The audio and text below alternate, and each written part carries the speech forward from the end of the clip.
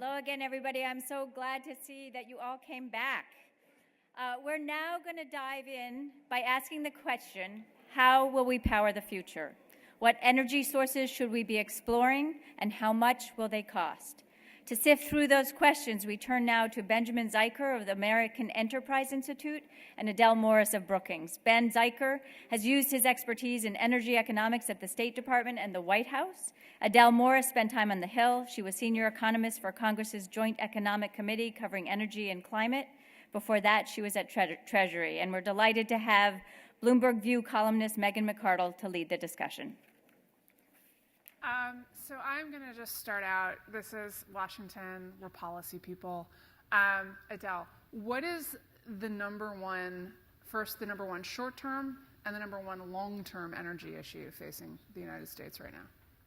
Well, I think there are a lot of underlying trends in the energy market, and certainly we want to follow those. But whenever I think about policy, I ask the question, what's the market failure?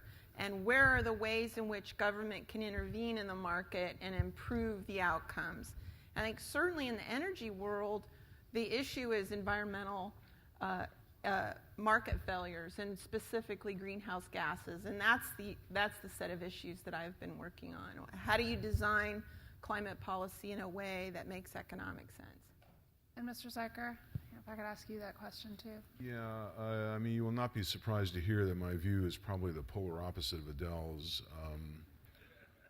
I think the major short-term and long-term issue facing energy markets in the U.S. is the creeping bureaucratization of regulatory policy, as Adele mentioned, particularly in the context of greenhouse gases, not because increasing greenhouse gas concentrations are having no effect at all. Of course they are, but because there's no evidence, none, that the effect is very important.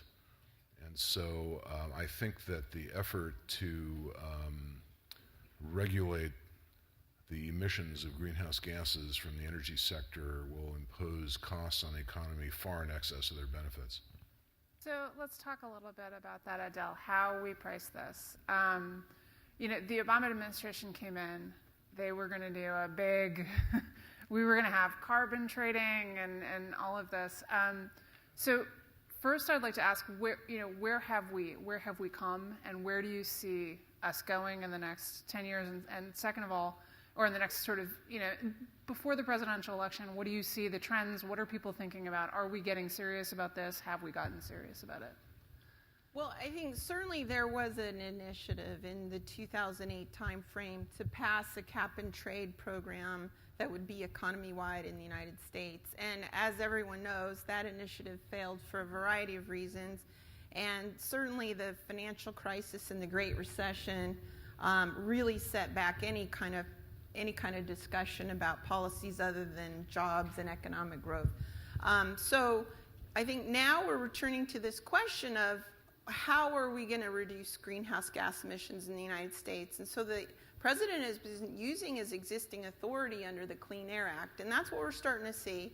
And we've got this proposed rule on power plants and a whole regulatory strategy. I think going forward, the question's going to be, is it better?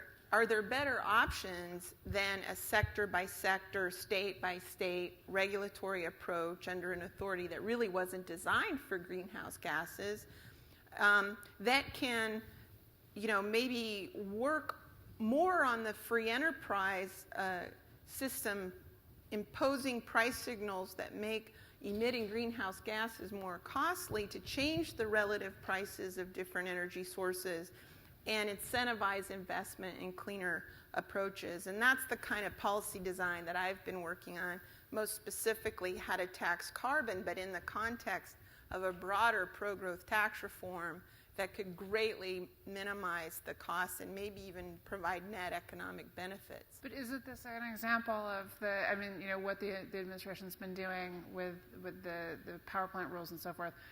Is this an example of exactly what he's talking about, where You've got a top-down, extremely bureaucratized solution that's micromanaging, trying to micromanage markets and creating a whole lot more bureaucratic hurdles, making it more difficult to maybe provide innovative energy solutions. Well, I guess this is a question for Congress, because the president is using the authority he has, and EPA is doing its best to make a rule that's as flexible as possible for states to choose approaches that work for them. The question is, is there better authority that Congress could work with the president to devise? And I certainly think there can be. And so the question, I think, both for the environmental community is, can we do better environmentally with a new approach? And for those who are skeptics of climate change and dubious of climate policy, is there a better alternative than EPA regulation, seeing as how we're not going to, I think, revoke the Supreme Court's endangerment finding that authorizes EPA to do its work? It's not the Supreme Court that made an endangerment finding, it was the EPA. Whether the EPA has the legal authority to regulate the electric utility sector or the electric power generating sector in the way that is proposed in the Clean Power Plan is something that the courts are going to have to sort out. The answer is not obvious, to put it mildly. The problem, Adele, I think with your argument is that you're comparing a hypothetically clean, targeted, I'm putting words in your mouth a little bit, I think, tax with the messiness that is the Clean Power Plan, to pick one example among many. I think that is really rather naive in the extreme. It's really much better to ask the question. One of the virtues of the current system that the Obama administration has resorted to is that it preserves political responsibility. Everyone knows where these regulations and costs are coming from, and they will have, those parties politically will have to bear or enjoy the benefits and the costs politically of those parameters. A tax, on the other hand, doesn't do that, and in any event, the idea that somehow a tax will be clean, undiluted by exemptions and credits and partial favors and all the rest as it emerges from Congress, I think is not an argument, frankly, to be taken very seriously. Well, let's ask about something that conservatives and liberals and centrists ought to all be able to come together on, which is pricing electricity better. And I mean, you see there's so many dimensions of this, but how big a problem is the way that we currently price it? How important is it to do things like, smart meters and so forth? And how can we get to wherever we think is the better energy future on that front? Well, certainly, there are a lot of challenges to our electricity grid, and making it smarter. I mean, who's going to be against that? But the pricing. All right. Well. Differences of opinion. Okay, so maybe there are those who prefer a less smart energy grid, but there are there are challenges, certainly. Neutral terminology, if ever there was some. So certainly, I think that there are a number of challenges. One is integrating renewables that have intermittent power into a grid that's really been established mainly with base load power. That's a question. And again, how do you ensure that electricity prices reflect the full cost of that energy source, including all the environmental damages that might be involved in the production of that energy? So there's no question, I think, that the future of electricity is going to be an important policy issue. Mr. Zycher, I'd actually like to ask you, what then, I mean, do you think that there are pricing issues in the market for electricity that we need to fix, and how do we? I mean, I'd also like you to explain why you don't like smart grids, but. Well, yes. I mean, there are at least two sets of problems. One, we don't do a very good job at the state level of pricing peak power at the cost of providing it. We don't price transmission distribution systems very efficiently. The net effect of all that is to subsidize suburbs and rural areas at the expense of inner cities, which is not something I would expect many legislatures to look at in a serious way. So that's one set of problems. Can I also ask, does it have an effect on investment, on both how much we invest and where we direct that investment? In terms of baseload power and peaking units, probably we overinvest in peaking units somewhat, and underinvest in baseload power. That's one likely effect. I think the effect is much more pronounced in terms of the transmission and distribution system, despite the fact that FERC nominally has regulatory authority over the transmission grid. The fact of the matter is that it is the local state utility commissions that determine rates and rates of return for investment in transmission, and so there really is a problem with the coordination of investments for interstate transmission lines and the rest, and it results in some reliability issues and the rest. I think that the major emerging problem is that associated with the effort to force more and more renewable wind and solar power into the system. I think what a lot of people don't recognize is that the description of renewables as, quote, clean, unquote, is really precisely the opposite of reality. Because wind and solar power are not reliable, they have to be backed up with coal and gas plants, which have to be cycled up and down depending on whether or not the wind is blowing or the sun is shining. And so that means that the backup facilities cannot be operated very efficiently, which means their heat rates go down and their pollution emissions go up. If you look at Bentech did an engineering study of Colorado and Texas about 5 or so years ago, and that's exactly what they found. The increasing market share forced by government of renewables had the effect of increasing, not reducing, the emissions of both conventional effluents and greenhouse gases. So the effort, I mean, it really is, if I may be a bit pejorative just for a moment, the perfect green trifecta. The effort to force more and more clean renewable power on the grid has resulted in less reliability, higher costs, and more pollution. So Adele, this is actually, in some sense, this is a pricing issue, right? Is that if you think that this is correct, or even if you don't, right? The way that we price renewables right now, we have hefty subsidies. We force utilities to buy the power if a household generates it.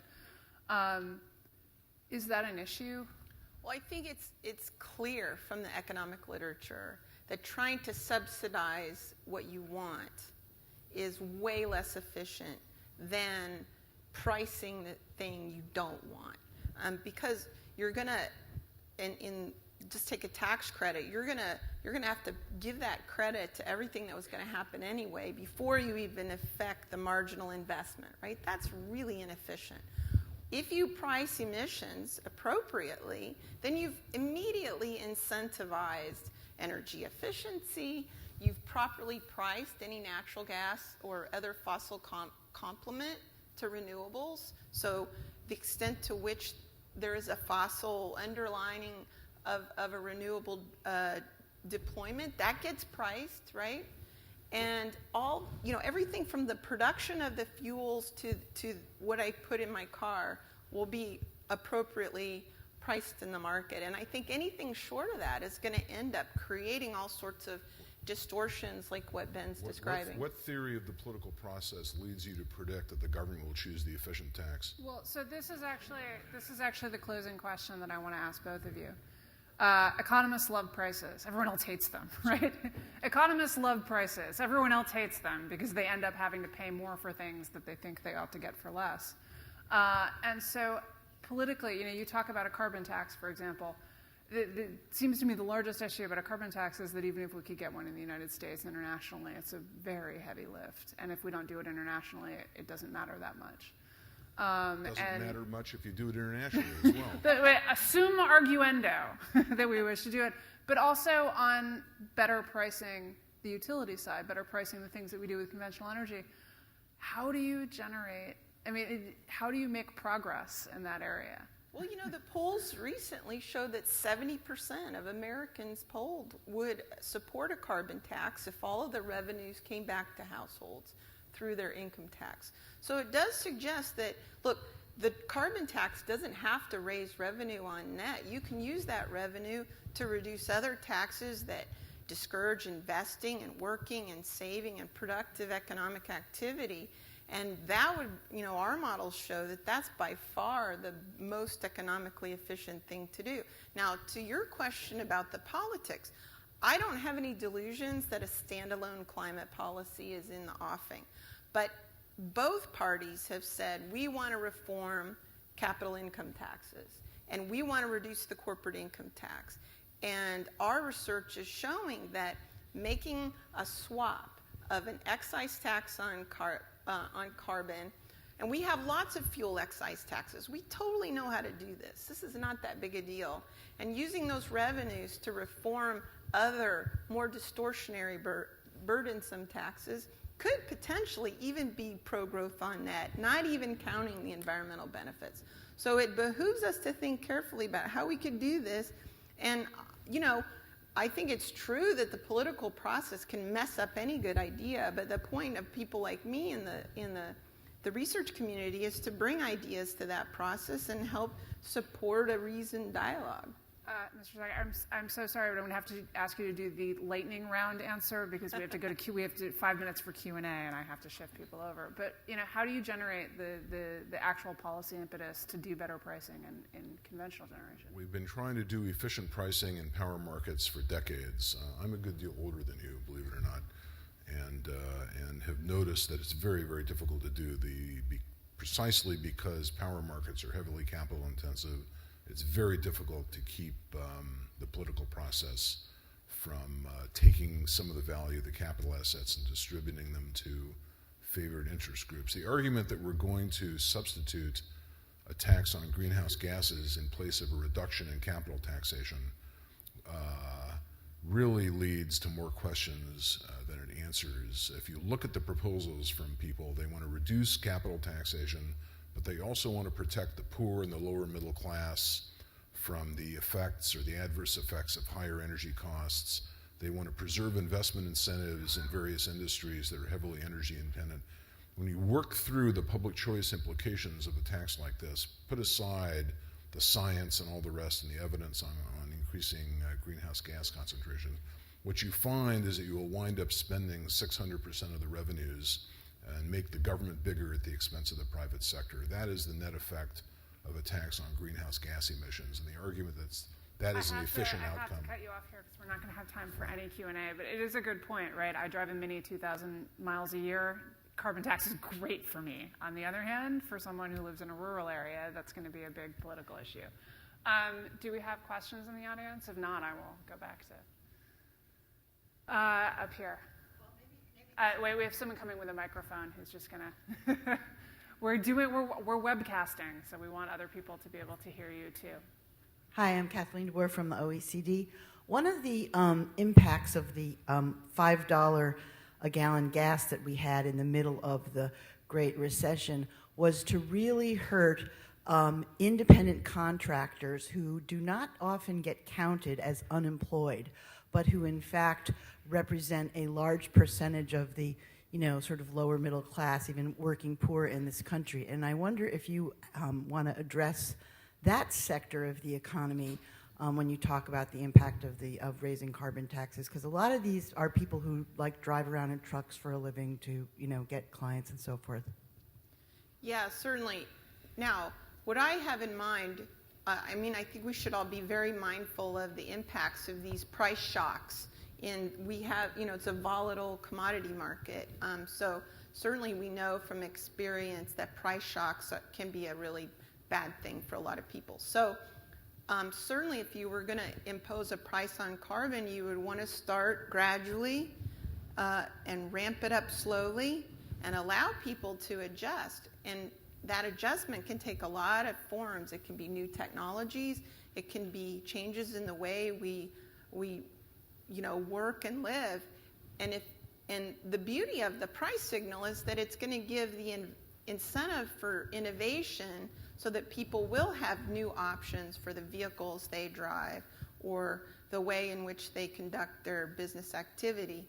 And short of that, what are you going to do? You're going to have a regulation that slaps a cap on it with no regard to the incremental costs of that. I think the price signal is a lot cleaner, and if it's gradual, people can adjust. And the whole point is that it would be a tax that people can avoid by doing things differently over time. Well, avoiding a tax by doing things differently doesn't mean it's cost-free. It means the pain or the present value of the pain is somewhat less than otherwise would be the case. To answer this young lady's question, people who are in sectors that are disproportionately energy intensive get hurt. And whether that's an efficient outcome is something that we can debate, but there's no question about it. It's not just poor people or the lower middle class that gets hurt. It's a lot of workers and other owners of productive inputs in sectors that are energy intensive. And so once again, I'll simply repeat what I said before, the argument that we should compare a clean carbon tax with a messy regulatory approach is rather bankrupt intellectually. You can't have a clean carbon tax. You have to subsidize various groups, and the net effect will be to make the government bigger at the expense of the private sector. And the argument that that is an efficient outcome is seriously to be questioned. I'm going to call time on this round. Retreat to your corners. And thank you both so much. This is a really interesting and informative panel.